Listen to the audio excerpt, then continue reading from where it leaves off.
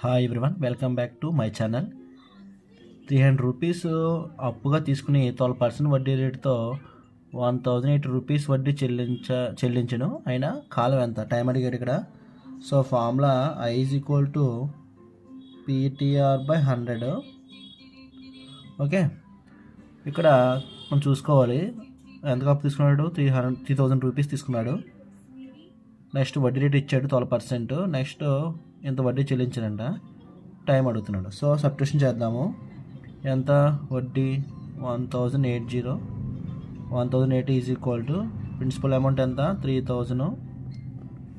Next into time అడుగుతున్నాడు, T into R ఎంత 12% by 100.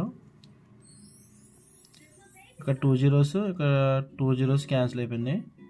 ఇక్కడ 0, ఇక్కడ 0 క్యాన్సిల్ అయిపోయింది. 12 టేబుల్లో 108 టైమ్స్ 9 టైమ్స్.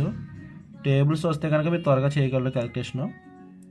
నెక్స్ట్ 3 టేబుల్లో 9 3 టైమ్స్. సో T = ఎంత వచ్చింది మనకి 3 వచ్చింది. అంటే 3 years టైం పడుతుంది అన్నమాట. అర్థమైంది కదా. నేను మరిన్ని వీడియోస్ పెడదాం అనుకుంటున్నాను, కానీ చాలామంది సబ్స్క్రైబ్ చేయట్లేదు, లైక్ చేయట్లేదు, అలాగే వ్యూస్ కూడా రావట్లేదు.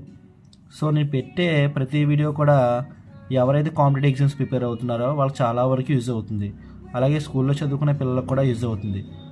సో మీకు మరీ చెప్తున్నాను. So please subscribe my channel, like and share. Thank you all.